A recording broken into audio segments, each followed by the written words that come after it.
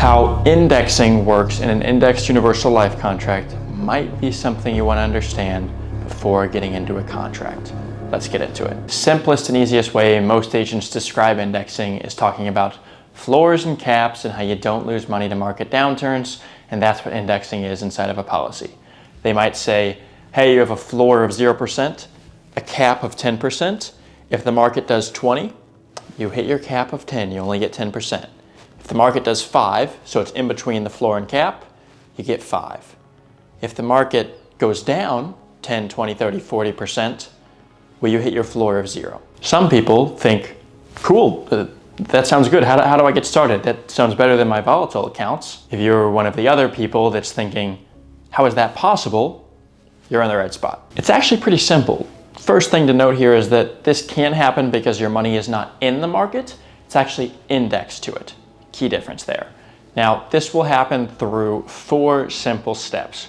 First, when you have money in a policy, the insurance company basically agrees to pay you a fixed amount.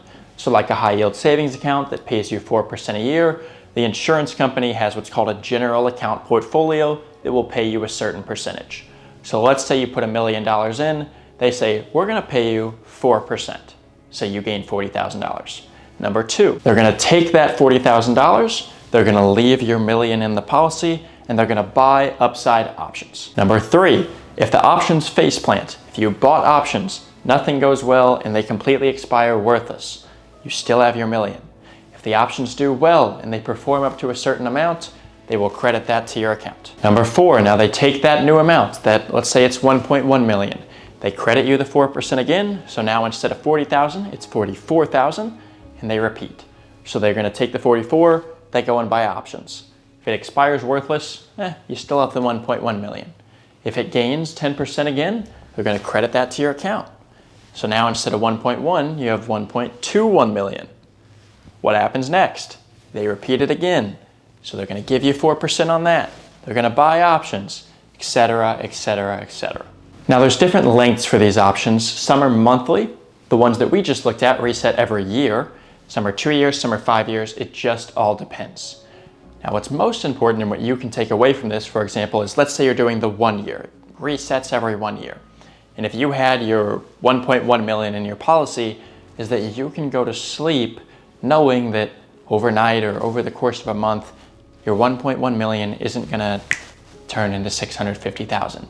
Like, for example, it did twice in the 2000 to 2010 decade. So while everyone else, if they had even the courage to buy and hold that entire time, broke even, a lot of people with IUL actually doubled or even tripled their money while having the peace of mind the whole time. Well, people broke even, losing their minds. If you found this helpful, be sure to subscribe. Next video, we're gonna go over the differences between withdrawals from your policy and loans, and actually the different types of loans. I will see you there.